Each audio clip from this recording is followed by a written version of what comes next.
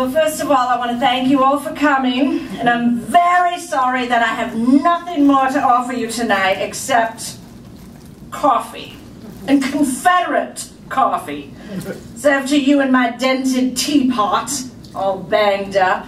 It has been buried several times during this war.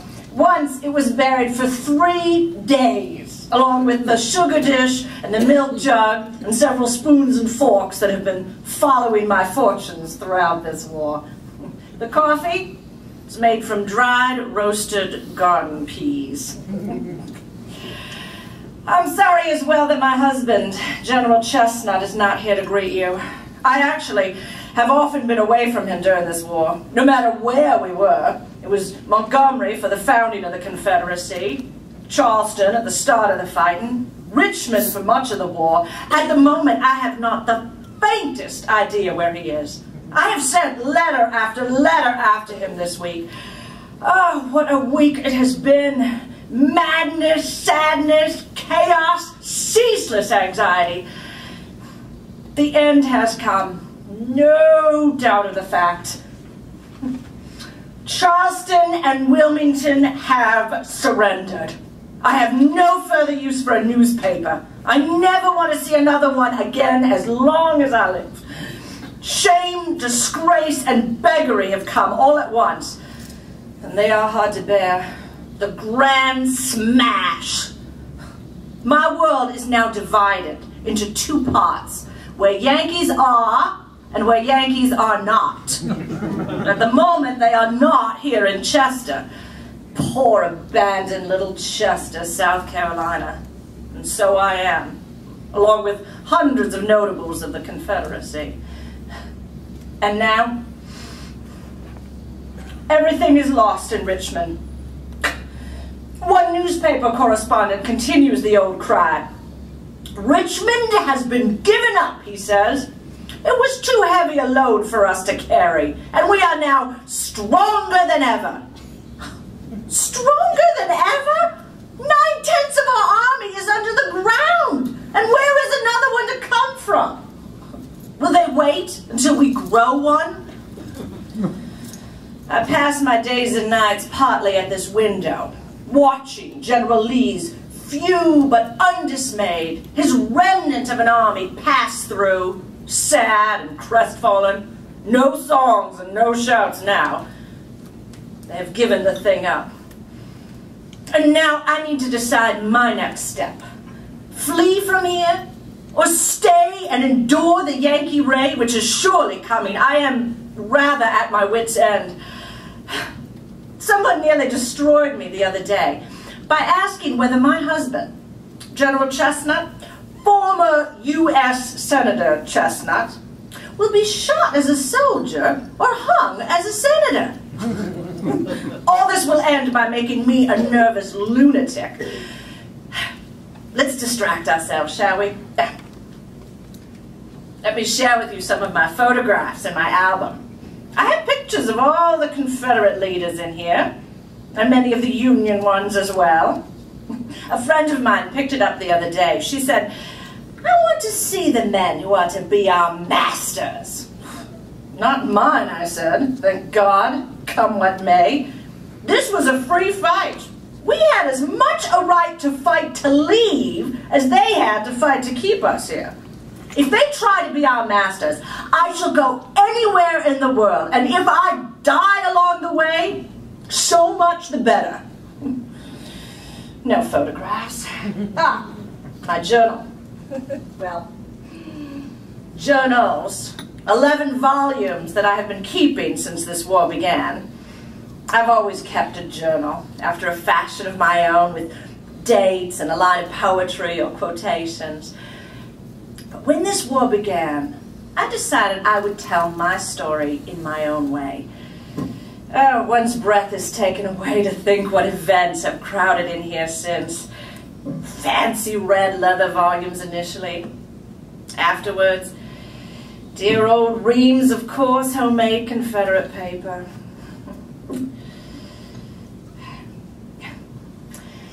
I first heard the news on a train returning from a visit to my sister's plantation in Florida. A woman suddenly called out, "That That settles the hash. What does she mean? A friend tapped me on the shoulder. Lincoln has been elected. How do you know? That man over there is a telegram. The excitement was great. Everyone was talking at once. One, a little more moved than all the rest, stood up and said despondently, "The die is cast. No more vain regrets. Sad forebodings are useless. The stake now is life or death." Well, did you ever, we all said. My husband, then a United States Senator, resigned his seat almost immediately. He was the first of our Southern senators to do so. Alas, I was not there with him. I might not have been able to influence him, but I would have tried. He resigned, but I was not at all resigned. Now, a friend of mine says that the vulgarity of Lincoln, his wife, and his son is beyond credence. Something you really have to see to believe. Mrs. Scott said, awfully ugly, even grotesque in appearance. The sort who are always sitting on boxes, whittling sticks, and telling stories that are as funny as they are vulgar. Here I interposed. But Stephen A. Douglas told my husband that Lincoln is the hardest fellow to handle he has ever encountered. And another told me that Lincoln is an utter American specimen. Coarse, rough, and strong. And if this country can be laughed and joked back into its right mind, he is just the kind-hearted fellow to do it. Now, my husband was sent first to Montgomery, Alabama, the first Confederate capital, to draft the first Constitution. Montgomery held few charms for me. Living in hotels, no carriage, horrid food, everyone jockeying for a position in the new Confederacy. What a pity. These men all brought with them old grudges, hatreds from the old Union. I started telling people, this war began as a war of secession, but it will end as a war of succession of places. Everyone persisted in asking me, how do you like Montgomery? And I, hideous hypocrite, always answered, charmed. And then back home to South Carolina, Charleston, April 12th, 1861.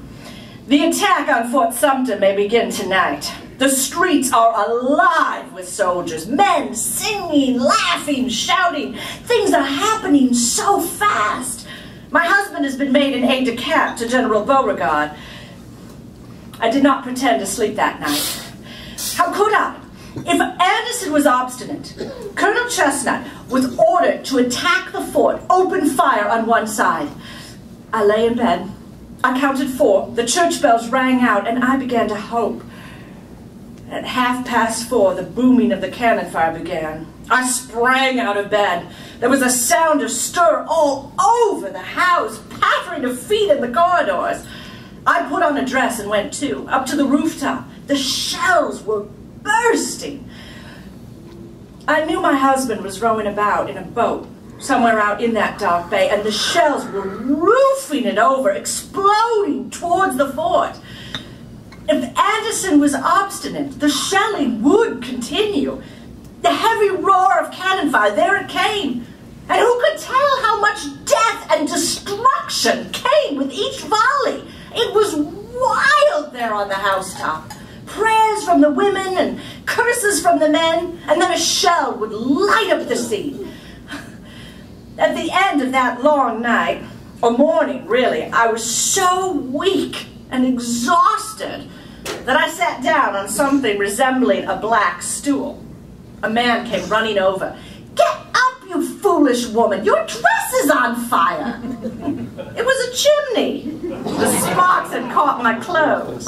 My fire was extinguished before it became a regular blaze. But do you know, after all that noise and the curses and prayers, Nobody was hurt. Fort Sumter surrendered. When my husband returned with the others, they were escorted to Beauregard's headquarters. Our flag is flying over Fort Sumter. Now, there was, for a woman in those early days, such frustration. We could not fight. We could not direct the affairs of state, no matter how avidly we might follow them. April 27th. Oh, if I could put some of my reckless spirit into these discreet, cautious, lazy men. May 28th. Beauregard is in Norfolk, and if I were a man, I should be there too. May 30th. If I were a man, I would not doze and drink and drivel until all the fighting is over in Virginia. Instead, we women gather to talk, share the news, distract ourselves, knit. It has been so long since I have seen a woman without knitting in her hands. Socks for the soldiers has been the cry. We make a very quaint appearance with this twinkling of needles and the everlasting sock dangling down. One man told me he had dozens of socks, but only one shirt. He preferred more shirts and fewer stockings. One day I remember that friends came to make toffee and stayed the livelong day. We went to pay our respects to Mrs. Robert E. Lee. Her room was like an industrial school. Everyone so busy. Her daughters were there and several other women all plying their needle. Friend leaned over to me and said, "Do you see how the Lees spend their time? What a rebuke to taffy parties." Captain Shannon of the Kirkwood Rangers called. He's not yet been under fire, but is keen to see the flashing of the guns. Proud of himself, proud of his company, proudest of all that he has the bluest blood in his troops. He seemed to find my knitting a pair of socks a day for the soldiers droll in some way. He has been so short a time away from home, he does not know how much the soldiers need them. You see, I have no children of my own to distract me. In the first year of the war, my husband's mother was bragging to me with exquisite taste, me, a childless wretch, of her 27 grandchildren. Old Mr. Chesnut, a man who rarely wounds me, said to her, "You have not been a useless woman in the world," because she had so many children. And what of me? Childless, God help me. No good have I been to myself or anyone. With this power I boast so much about, the power to make myself loved, where am I now? I also collect in here some little quotations and bits of poetry, letters sent or received by me, some stolen Yankee letters. I do take some satisfaction in these. We were quite willing to admit that their universal free education put their rank and file ahead of ours. But these letters do not attest the fact.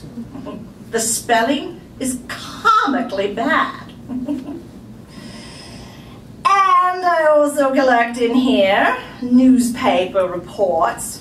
As nearly as I've ever been able to make out, this war was fought almost from the start, very nearly as much in the newspapers as on the battlefields.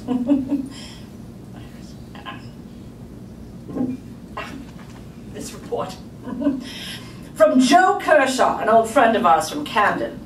Evidently, from this report, Hampton alone, with 500 men, kept the whole Union Army at bay and was just routed, repulsed, and beaten when Joe Kershaw came riding up, returned the fight, routed the enemy, and would have followed into Washington, but Beauregard forced him back.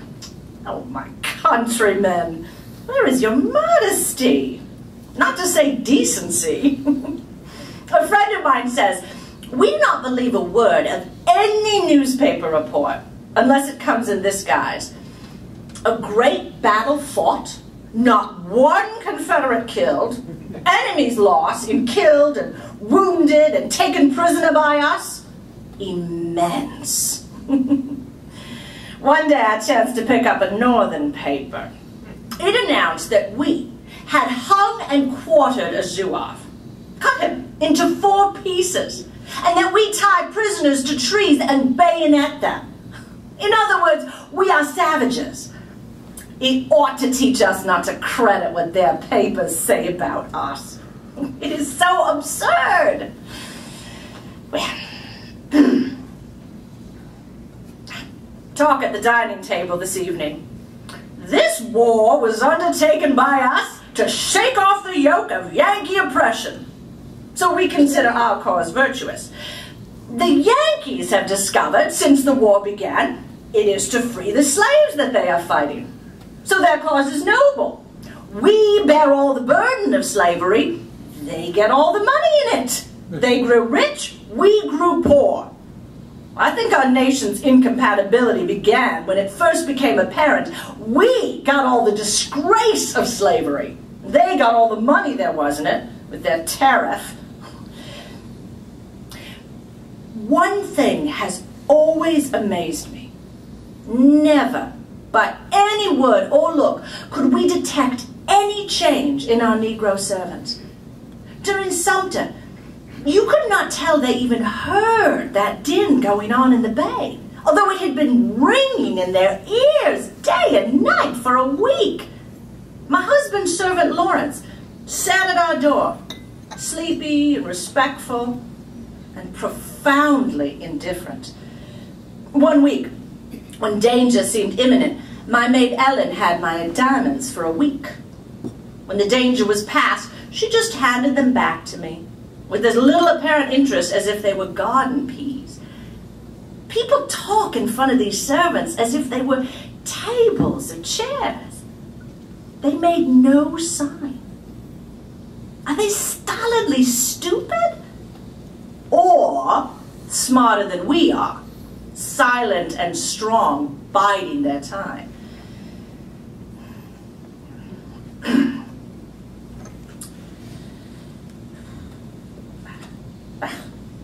Nobody here can be got to think of anything but Manassas. The streets are crowded with soldiers. The new ones are fairly running, afraid the war will be over before they catch sight of the fun. A friend of mine quoted a funny Georgia man who said, "We try our soldiers before we enlist them to see if they are hot enough. If, when water is thrown on them, they do not sizz, they won't do. Their patriotism is too cool." One happy result, my house was always filled with young people. Happy gatherings, despite the dangers always just outside our door. Oh, and the amount of courting that we heard in these rooms. My friend Isabella says, wartime leads to lovemaking. She says these soldiers do more courting here in a week than they would do at home without a war in 10 years. And always in a unique style. Since I met you last year, you know, my cry in every battle has been, for God, for my country, and for you. Yeah, they have reason enough. Goodbye is the very devil nowadays. It means forever, most likely, you know. And those who did come back so often came back wounded. General Hood lost a leg at Chickamauga, and afterwards he would walk slowly and painfully on crutches whenever he came to visit and court young Buck. Sarah Buchanan Preston, really, but we've always called her Buck. One day, we were sitting around and Buck said, "Sally's going to marry a man who has lost his arm, and she's very proud of it. The war glorifies such wounds." "Well," I said, "you know, Trudy has her eye on one who has lost his eye." And Annie said meekly, I really fear it will be my fate to marry one who has lost his head. Oh, John Bell Hood. Where is he? Our friend, John Darby, Hood's surgeon, asked if he could bring his hero to meet us. Bragged about Hood, told how he had won his 3 stars and so on under Stonewall, and had been promoted at Stonewall's request. When Hood came, we were not prepared for such a man. As the beau ideal of the wild Texans? He's tall, thin, and very shy, so reserved in manner, with his vast, tawny beard. But Major Venables said he had seen the light of battle shining in Hood's eyes. When he carried to Hood orders from Lee, he found in the thick of the fight that this man was transformed.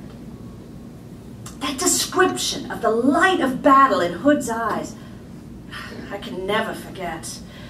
Once, when we were in Richmond, Hood invited us all to a picnic. Oh, we were to have bands of music and dancing with chickens and turkeys and beef tongues to eat. Just as my foot was on the carriage step, his brigade was ordered out. They were marching out of Richmond already. So we unpacked, unloaded, dismissed the carriages. We stood on the sidewalk and we watched 10,000 men march past. We had seen nothing like this before. Before, we had only seen men marching spick and span in their fresh, smart uniforms. Such rags and tags as we saw now. Most of the garments and arms had been taken from the enemy. Tin pans tied around their waists, bits of bacon and bread stuck on the ends of bayonets. But they did not seem to mind their shabby condition. They cheered and laughed as they marched past. When Hood and his officers finally came up, Mary Preston presented him with a bouquet. To thank her, he took a little Bible from his pocket. He said his mother had given it to him. Well, she suggested it must not have been used very much because it was so fresh and clean and new. And the Texas soldiers heard every word of that. They laughed and joked as they marched past. Who else? John Hunt Morgan. Mattie Reedy, I knew her as a handsome girl in Washington several years ago, grew very tired of hearing all the Federals abuse John Hunt Morgan. And one day they were worse than ever, and she grew impatient. Finally, the Federal officer said to her, "What is your name?" "Write Mattie Reedy now, but by the grace of God, one day I hope to call myself the wife of John Hunt Morgan." She did not even know him, but Morgan heard the story. He made it a point to find her out, and as she is as pretty as she is patriotic, by the grace of God, she is now the wife of John Hunt Morgan. These timid Southern women under the guns can be brave enough. And yes, I have Lincoln in my book as well. One night at a friend's house, our small colonel, Paul Haynes' son, came to see me. To amuse the boy, I gave him my photograph album. Well, he came over to me and he said, "You have Lincoln in your book. I'm astonished at you. I hate him." And he put the book down and he struck old Abe in the face with his fist. I could wish to have Grant in here as well. Grant is all we hear of now. He is their man. He don't care a snap if men fall like leaves fall. He fights to win, that man does. He is narrow and sure, sees only in a straight line. Yes, as with Lincoln, they have ceased to carpet Grant as a rough clown, no gentleman, and so on. They talked about Lincoln's drunkenness, too. Now, since Vicksburg, they have not a word to say about Grant's habits. He has this disagreeable habit of not retreating before irresistible veterans. Oh, but our leaders, they can match those Federals any day. Here's how I saw Robert E. Lee for the very first time. A friend drove me out to an army camp, and this man riding a beautiful horse joined us. He was so distinguished looking that I very much regretted not catching his name. He, however, bowed gracefully, and the few remarks he made seemed to indicate he knew all about us. My friend accused him of being ambitious. He protested. He said his tastes were the simplest. He wanted only a Virginia farm, no end of cream and fresh butter, and fried chicken. Not one fried chicken or two, but unlimited fried chicken. He was so fine-looking. Perfection, really. Not a fault to be found if you looked for it. As he rode away, I said to my friend, "Who was he? You did not know? That was Robert E. Lee, the son of Light Horse Harry Lee, the first man in Virginia." All the same, I like his brother Smith better. I know Smith. Can anyone really say they know Robert E. Lee? I doubt it. He seems so cold, quiet, grand. Jefferson Davis, our honored chief, our neighbor and a dear friend. I like the man. He was always so kind to us. He and his wife are two of the few to whom we can never be grateful enough for kind attentions. One evening, very early in the war, in Mrs. Davis's drawing room one night, the president took a seat by me. He talked for nearly an hour. He laughed at our faith in our own powers. He said, "We think every Confederate is equal to 3 Yankees at least. We shall have to be equivalent to at least a dozen now. Only a fool would doubt the courage of the Yankees. It will be a long war." That floored me at once. It had been too long a war for me already. And as the war went on, poor Mr. Davis sank to profounder depths of abuse. One man said, "Jeff Davis is conceited, wrong-headed, wranglesome, obstinate, a traitor." Now, I have borne much in silence, I said, but that is pernicious nonsense. A crew may not like their captain, but if they are mad enough to mutiny while a storm is raging, everyone is bound to go to the bottom together. After that, I contented myself with a shake of the head whenever I disagreed with Mr. Davis's critics. And eventually I began to shake so persistently it amounted very nearly to palsy. Mr. Davis visited with us one time when we were in Columbia. What preparations I made to greet him in my small home! I gathered food for a month, but it was so little. The patriotic public came to my aid. Everyone sent whatever they had that was good enough, so we had the 60-year-old Madeira from my husband's plantation at Mulberry, and the beautiful old china. Mrs. Preston sent a bone turkey stuffed with truffles. Thank goodness for their help. We never could have afforded it ourselves. Money, a constant refrain in those days. These days, that must have been 1863, because I remember we were all in this sadly molting condition. We had come to the end of our good clothes in 3 years, and now our only recourse was to turn them upside down and inside out, and mend, darn, patch, and so on. One day, Mary Preston called out, "Mrs. Chesnut, come here! They are lifting General Hood from his carriage, here, at your door!" He had come to see Buck, we knew. All the soldiers are in love with Buck. "Bring him into the drawing room, Mary." Now then, General Hood, how wonderful to see you. Do let us wait upon you. Mary, fetch the oranges from the kitchen. Yes, I know. Fruit is very hard to get these days, but we can never be kind enough to you, a hero to the nation. You haven't been? Not without fruit since you were wounded? Well, I suppose the money value of friendship is easily counted these days. Oranges are $5 a piece. One day I remember I went shopping, and I think I spent $30 for a pair of gloves, $50 on a pair of slippers, and $32 for 5 miserable pocket handkerchiefs. We daily part with our clothing for food.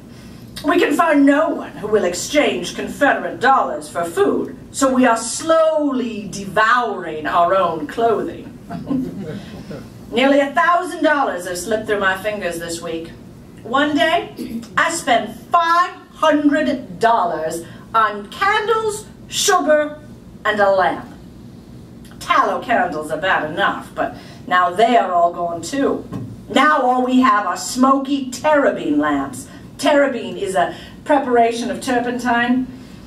When the chimney cracks, and crack it will, we plaster it up with paper. Thick old letter paper, the highly glazed kind. In the hunt for paper, funny old letters come to light. I do have excellent servants, no matter what their shortcomings behind my back. They save me all thought as to household matters, and they are so kind and attentive and quiet.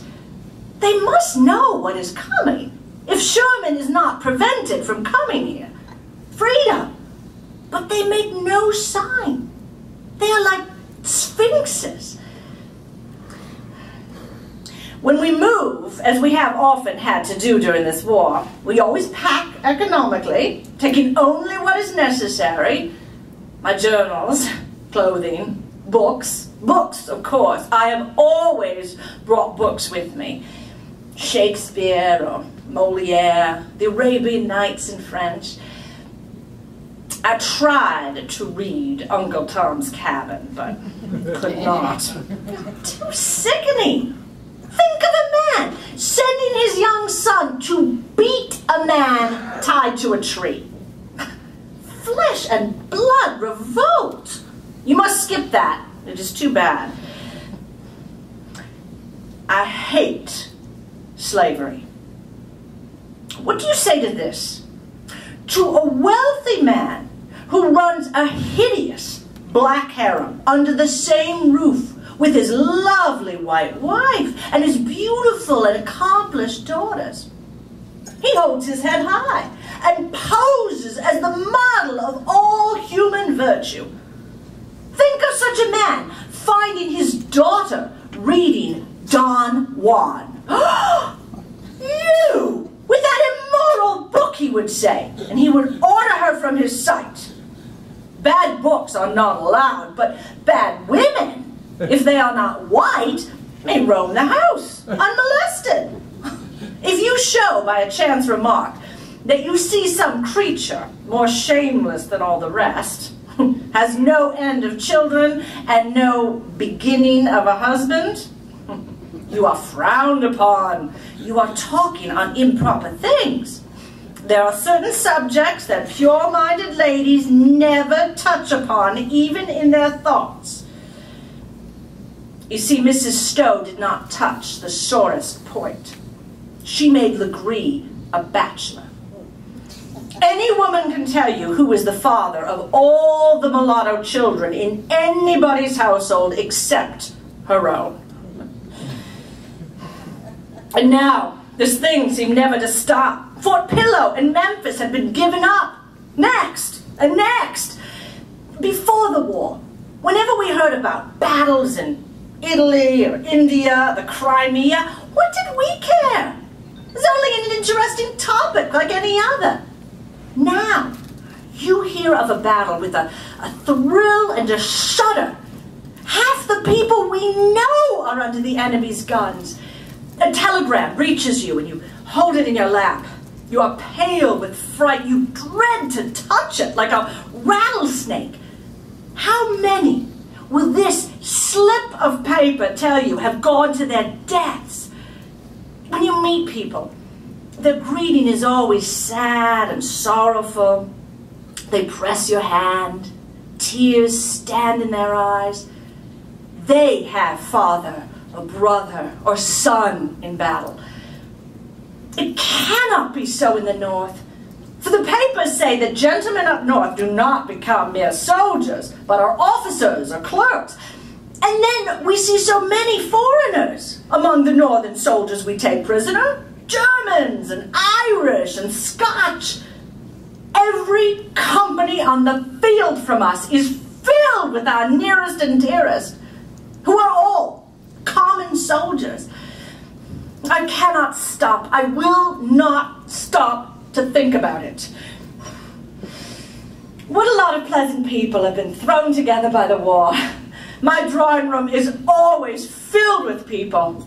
It is the wind-up, I know, but the old life, as it dies, dies gloriously. General Chesnut complains that such a life as I lead gives him no time to think. With so much human misery filling the very air, we should stay at home and think and go mad. Catch me at it. A yawning grave, piles of red earth thrown on one side, that is the only future I ever see. No, no, I will not stop and think. My friend Mem Cohen told a story one day. A woman that she knew heard that her son had been killed. She had just taken in the horror of it when someone came riding up to say it was all a mistake. They had gotten the name wrong. Oh, she fell to her knees, shouting with joy, wild with delight. Praise the Lord! And in the midst of this hubbub, a hearse drove up with the poor boy in his coffin. Does anybody wonder that so many women go mad? Grief and constant anxiety kill nearly as many women at home as men are killed on the battlefield. Mem's friend was at the point of death. These sudden shifts from grief to joy and back again, really almost more than she could bear.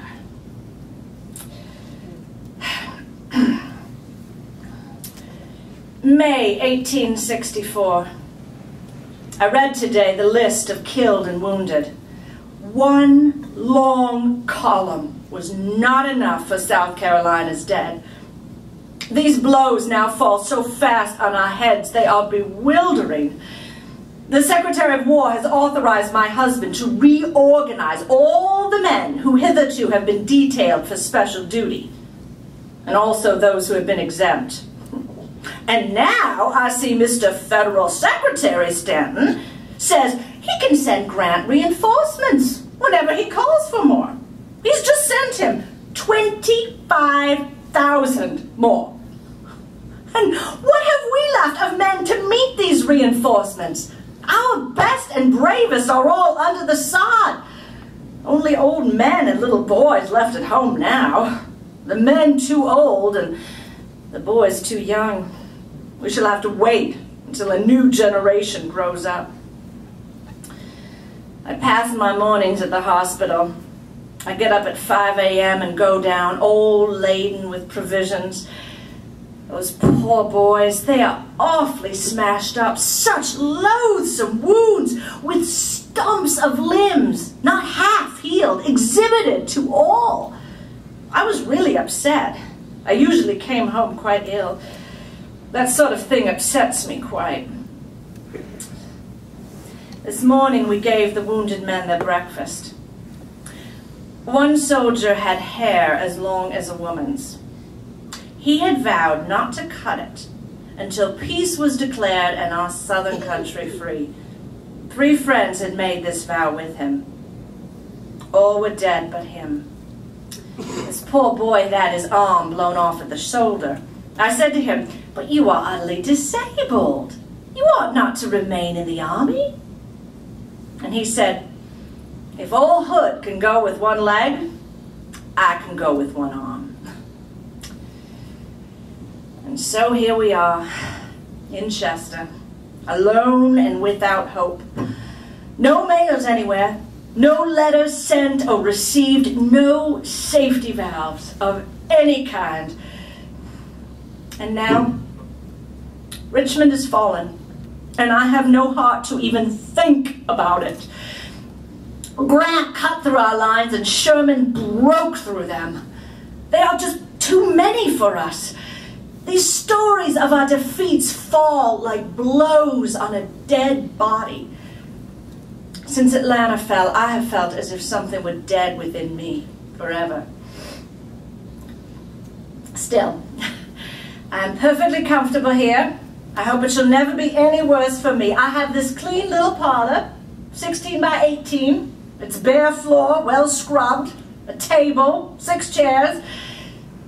Well, that is all. But I have this charming lookout from my window.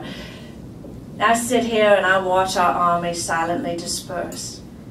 Stephen D. Lee's corps marched through the other day on their way to surrender. The songs of these boys were a heartbreak. So sad, but so stirring. They would have warmed the blood of an Icelander. I wept the bitterness of such weeping. There they go, the gay and gallant few, the last gathering of the flower of Southern pride. Wind flaps my curtain. It seems to say, too late. Rain outside. Nothing but drowning floods of tears inside. And so, I have determined I will stay here. Running is useless now. I will stay here and endure the Yankee raid that is surely imminent. Why run? They are everywhere, these Yankees, like red ants, like the locusts and frogs that were the plagues of ancient Egypt. Oh, and thank God I am so old. Cannot have my life embittered much longer by this agony. We shall return to Mulberry. What we shall find there, I cannot imagine. Late in life, we are to begin anew, and we shall have difficult, laborious days ahead of us. But I shall take my writings, my scribblings, and attempt to turn them into something else. Maybe something publishable, perhaps. I am determined that our poverty shall be a matter for laughing. We shall deride our own penury no matter what we find back at home. And of our country, we shall not speak at all. Thank you, and good evening.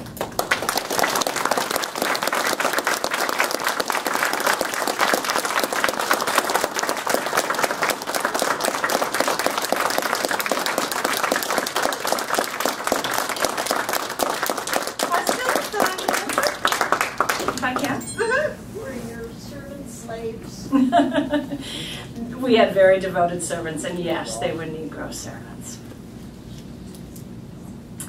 My husband's father, old General Chesnut, had 5 plantations, and at one point owned a total of about 1,000 servants. Much of our debts that we accumulated during the war were due to the fact that we had to support all these servants throughout the war and all their families. How old were you? Well, I don't know. Does a lady answer a question like that? Old. I was born in 1823. By the time that the war broke out, I had reached the advanced age of 38. I was married 3 weeks after my 17th birthday. So, of course, by the time the war broke out, we had been married for 20 years or so.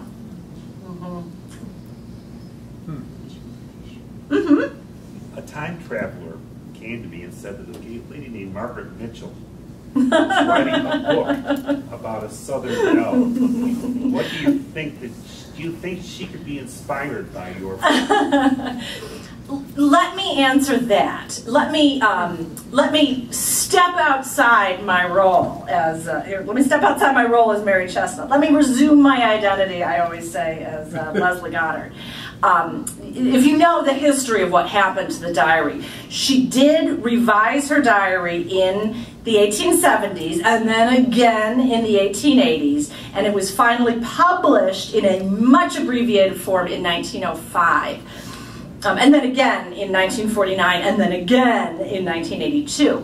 But the 1905 edition was one of the books that Margaret Mitchell purchased when she was starting to do the research for Gone with the Wind. And she did, in fact, say it was one of the inspirations. Not a direct, in other words, she didn't try to reproduce any of the characters. Certainly, Mary Chesnut is not, Scarlett O'Hara, but you can find in Gone with the Wind, not only, there certainly are details. I mean, the scene where Scarlett is coming back to Tara, and she doesn't know if it's there, and she's passing all these blackened chimneys. I mean, this is Mary and James Chesnut going back to Mulberry, and she says, we saw these chimneys standing there like telegraph poles, carrying the news back down south. They didn't know if Mulberry was going to be there, and then, they don't come over a hill with violins playing, but they do discover when they get home that it is still standing, and it's this, moment of great relief and joy. But I think even more than that, you can see very often in Gone with the Wind a lot of the same themes that Mary Chesnut picks up. Everything from that sort of, Mary Chesnut had a very, the great paradox of her writing is, of course, her relationship with slavery. I think best captured by the fact that, by the phrase she said at one point, very telling sentence, she wrote, "Slavery must go, of course, and all joy with it."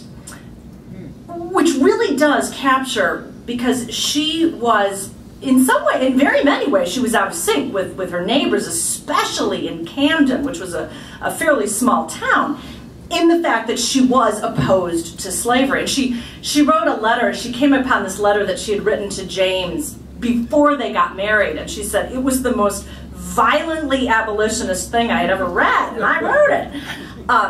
And yet, she loved being waited upon. And whenever she goes back to Mulberry, she's like, oh, and we had this beautiful cream in the coffee and pure white sheets, and I slept in until noon and breakfast in bed.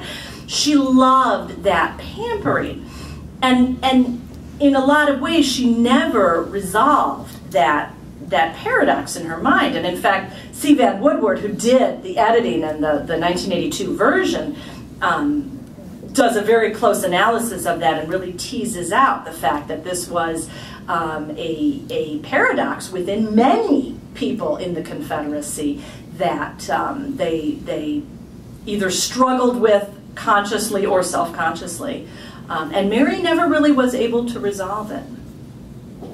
What happened to the servants after the war? Did any of them stay loyal to the Chesnuts? Or they all left? Or? The question is, what happened to the servants after the war? And that's actually an excellent question, because in many cases, in the case of the Chesnuts, many of them stayed and became hired servants.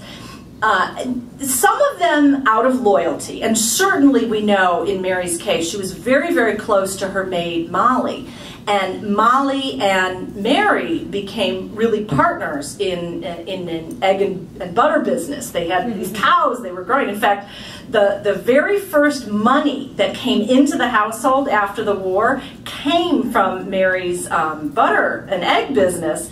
And she said, when we got our first $50, she said James and his nephew Johnny, they laughed at us and then asked if they could borrow the money. But Molly remained a business partner and very, very close friend of Mary to the very end. But what's really interesting about it, and you have to read the diary in whichever of the revisions you read, you have to keep in mind that her revisions in the 1880s very often reflected her evolving views about slavery, which became, about African Americans, which became much more hardened by the 1880s.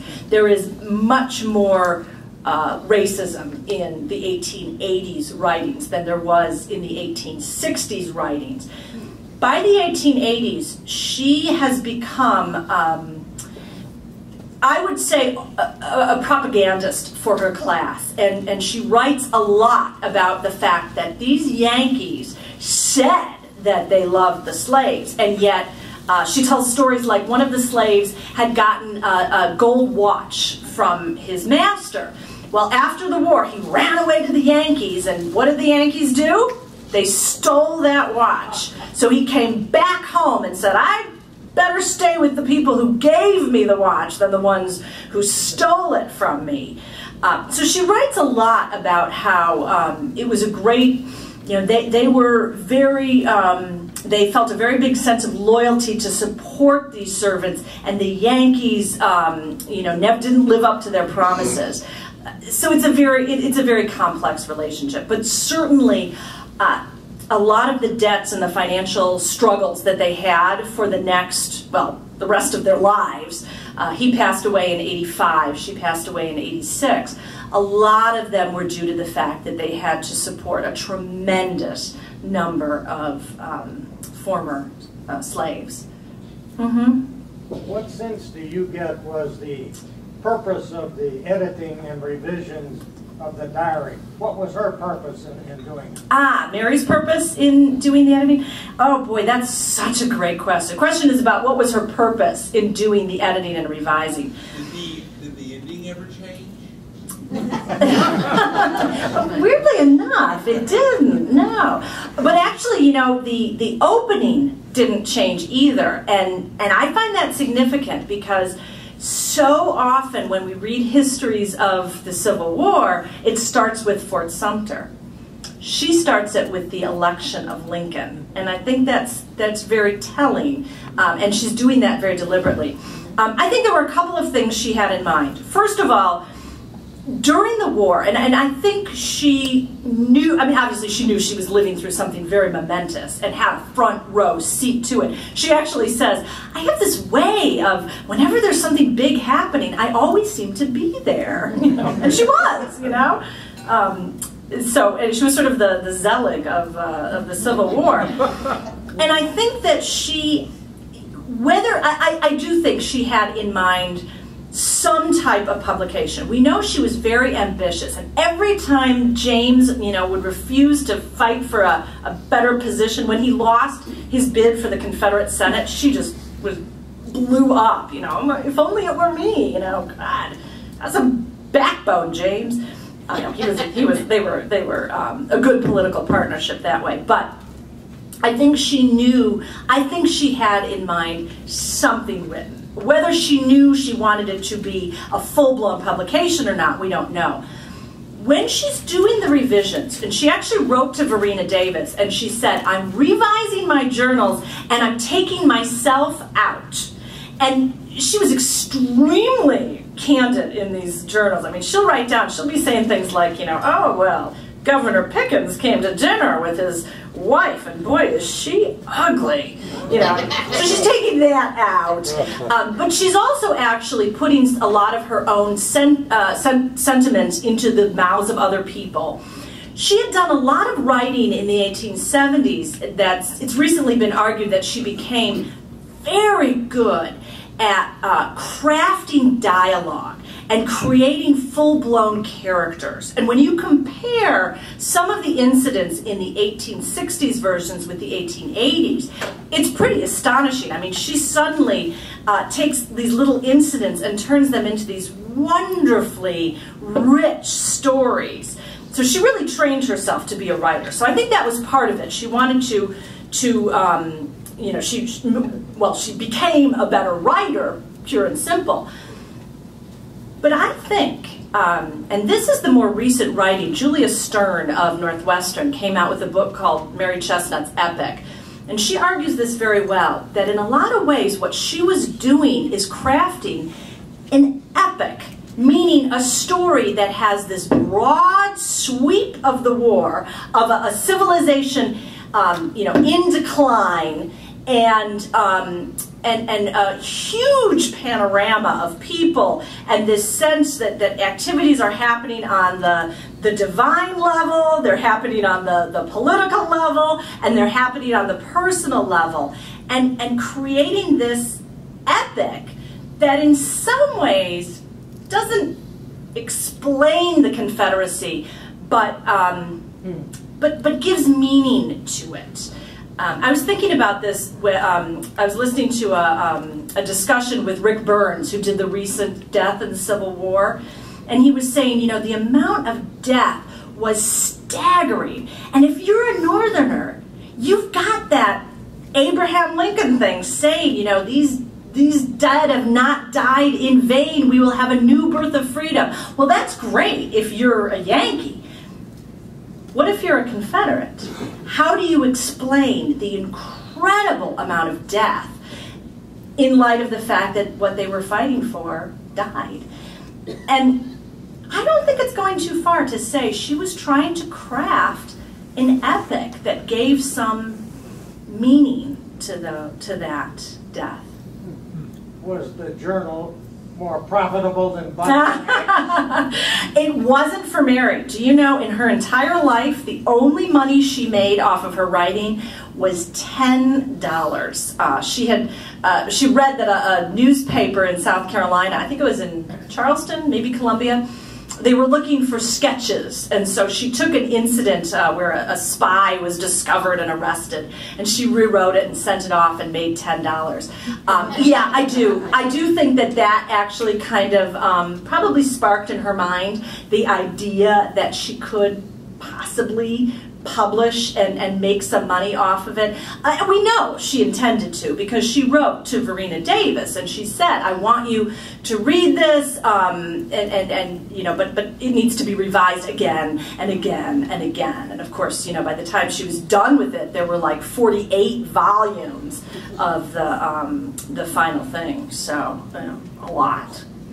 So when you get the example of something costing $500, Mm-hmm. Was that $500 when she writes that of Confederate money, which was worthless? Or Yes. Was it $500 of then in exchange? It was $500 of worthless Confederate money. Yes, it was. You know, and it is interesting that, you know, to spend $500 to get candles and sugar and a lamp gives you a real idea of how much Confederate money had been inflated. I believe that was in 1864 that incident happened. Yeah, but how much would it have been had it not been inflated? That's a good question. That's a very good question. I would guess $1 or $2. Does that sound right? Anyone? What was the question? How much would a candle and some sugar and a lamp have cost in the United States prior to the war? By late 64. 59 cents. No, before inflation. Well, with inflation, I know $1 wasn't worth 10 cents. Well, yeah, right. It cost Mary Chesnut $500 to buy those things. But if they're, you know, if she had been purchasing them in, let's say, 1859, any guesses what it would have been? $15? Yes, for yes, what she gave you. Well, now we know that Union soldiers, a Union private in, I believe, 61, 62 was making what, $12 a month? $13 a month. And that probably gives you an idea if you would anticipate a private soldier making about $13 a month. $156 a year. $156 a year, there you go. So if someone's got a calculator in their brain, you know, extend that out to whatever today's equivalent would be. When was the diary first published, and was it an immediate bestseller? It was the initial edition. Now, when Mary Chesnut passed away, she left her journals to her friend Isabella Martin, who's mentioned in the diaries, although her role got expanded by the 1880s. Very flattering, I'm sure, right? Very flattering, yes, exactly. So Isabella Martin held on to them for quite a while. And then in 1905, Myrta Lockett Avery, who was a publisher herself and a writer, teamed up with Isabella Martin, and they came up with this book. Now, it was about 150,000 words out of Mary Chesnut's 400,000 words, so extremely abridged. And it was first serialized in the Saturday Evening Post. So very, and that magazine had national distribution. It was right at the point where there were a lot of lost cause writings coming out. It was kind of a hot topic at the time. So yes, it was very well. And then after the serialization, A Diary from Dixie came out, which she would have hated that name. She hated Dixie, hated the term itself, but that's what the magazine publisher chose, and they kept it for the book. It was very well received. I don't have figures on the top of my head, but you know, we would probably say yes, a bestseller. So much so that in the 1940s, another novelist, Ben Ames Williams, picked up a copy of A Diary from Dixie and used it as source for his own novel, House Divided, and found out that Diary from Dixie is only part of what the original was. So he went back, did his own revision, added more. He made it about twice the length, but he did a lot of his own editing and rewriting, and didn't, you know, wasn't always open about what he was editing and rewriting. But that one came out in '49, and it was hailed as, you know, there was so much more, we had no idea there was all this.